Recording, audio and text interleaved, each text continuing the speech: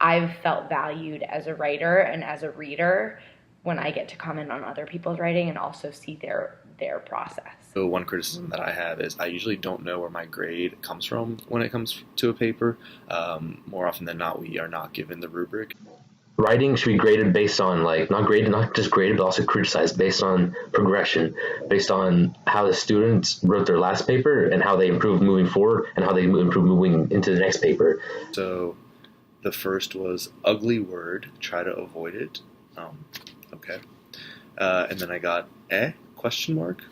I don't really know what that means. I don't know what to do with that.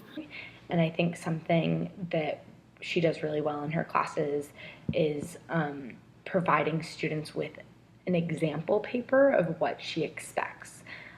So usually she'll give out every semester 3 papers, not about the topic that we're writing about, but kind of a different topic.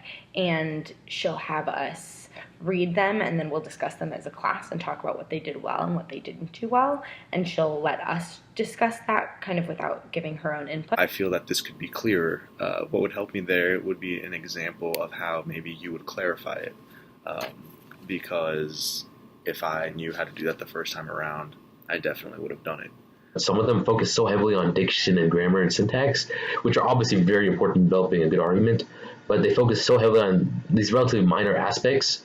They don't grade you holistically based on how you developed your argument, how your structure of your essay contributed to your overall analysis.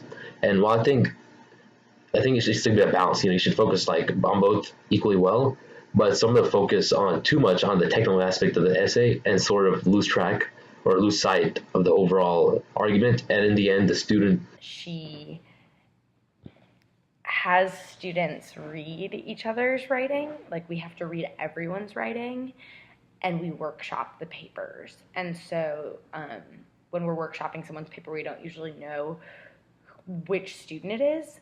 But we get some really, really great feedback that way, and she doesn't grade those drafts.